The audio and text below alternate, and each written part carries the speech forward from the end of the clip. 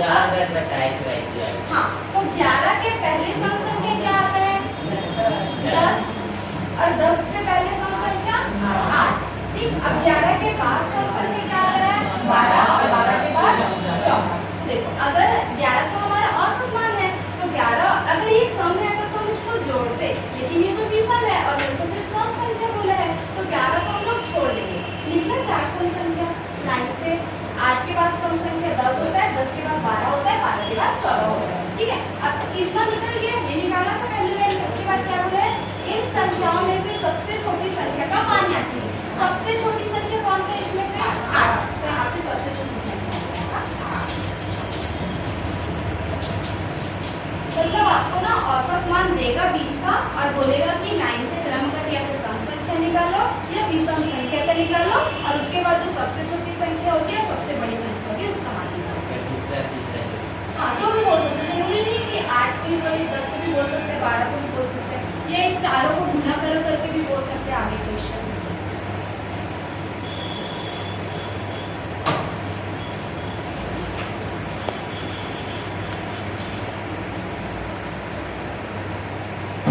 इसके बाद क्या?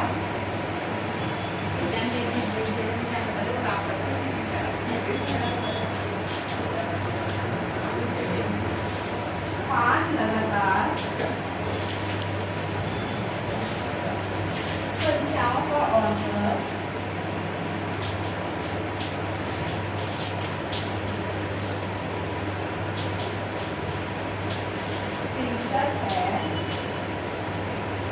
तो पहली और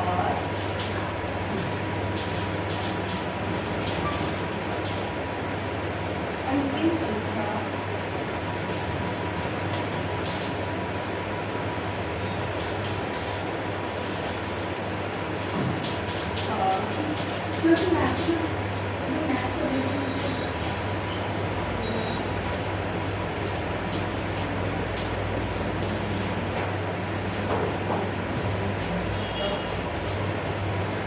लगातार संख्याओं का औसत 63 है, तो पहली और अंतिम संख्या का गुना क्या होगा?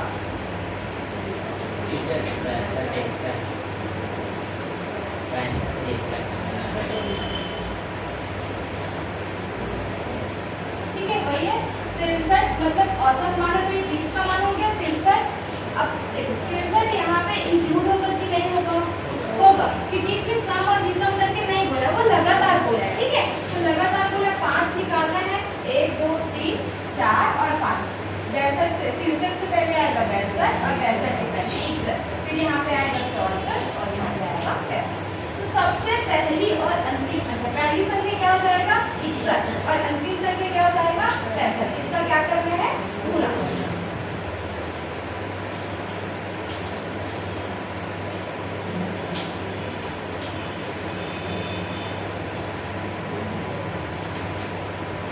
आंसर आएगा 3965।